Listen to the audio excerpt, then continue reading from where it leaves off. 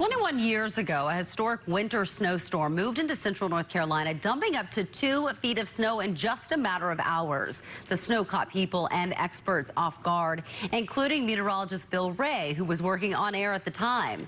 CBS 17's Laura Smith had a candid conversation with him about that day in January 2000. Snow everywhere, covering vehicles and roads.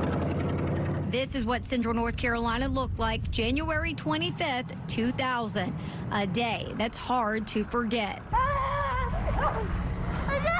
When you think of this storm, what is the first thing that comes to mind? Surprise. I mean, just the most surprising storm that we've had in central North Carolina. The low exploded off the coast of Florida and zipped right up here. Models the day before predicted snow, but mainly on the coast. What happened was from that morning to that nighttime, it was just amazing to see the computer models do 180-degree turn. This is what happened. A complete shift west. The storm parked over the triangle.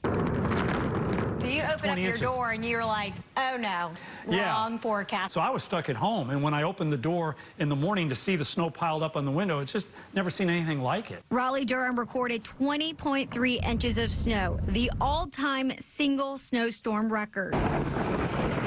Were people upset with the meteorologists at that time, you know? Well, you know, the jokes continued. I mean, you know, but it was everybody missed it. I mean, you know, what can you do? What lessons were learned? You got to sit there and sometimes go with what you're seeing. And the importance of human analysis as a meteorologist. Even though we've come a long way in computer models, it's still an unpredictable science. It doesn't happen often, but it was something that we'll never forget. Laura Smith, CBS 17.